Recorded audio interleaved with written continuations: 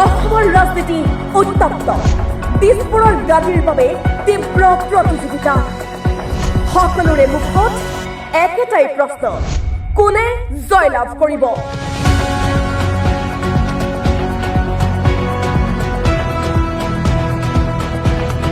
কিন্তু এইবাৰ সকলোৰে দৃষ্টি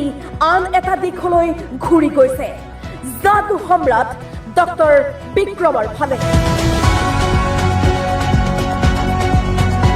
যি মানুহজনে যোৱা 10 বছৰ ধৰি নিৰ্বাচনী ফলাফলৰ 100% সঠিক ভৱিষ্যৎবাণী কৰি এক অবিশ্বাস্য অভিলেখ কৰিছে তেওঁৰ পদ্ধতি সাধাৰণ নহয় জনমত জ্যোতিষ নিউমেৰলজি আৰু মানুহৰ মন পঢ়াৰ কৌশল মিলাই তেওঁ তৈয়াৰ কৰে তেওঁৰ ৰহস্যময় মেজিকেল প্ৰেডিকশ্যন এই ভৱিষ্যৎবাণী এটা তলা লগোৱা বাকচত সংবাদ মাধ্যমৰ জিম্মাত থাকে আৰু খোলা হয় কেৱল ফলাফলৰ দিনাহে 2014, 2019 আৰু 2021